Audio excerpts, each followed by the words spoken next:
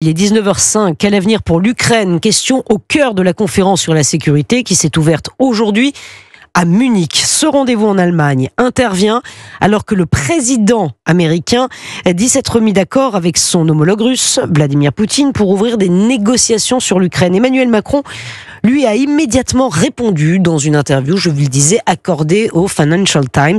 Arthur Delaborde. Le président français met en garde contre une paix qui serait une capitulation en Ukraine, référence aux propos du nouveau secrétaire d'État américain à la Défense, confirmé ensuite par Donald Trump, recommandant aux Ukrainiens d'arrêter de croire qu'ils pourront un jour intégrer l'OTAN ou qu'ils pourront récupérer les territoires conquis par les Russes depuis 2014. Emmanuel Macron veut donc marquer son incompréhension face à ce choix du locataire de la Maison-Blanche, qui revient à ses yeux à aller dans le sens du Kremlin avant même le début des négociations.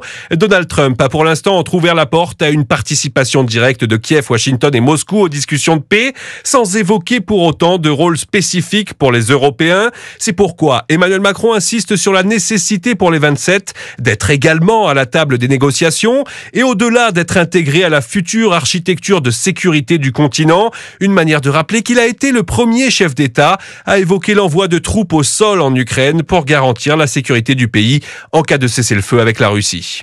Arthur Delaborde.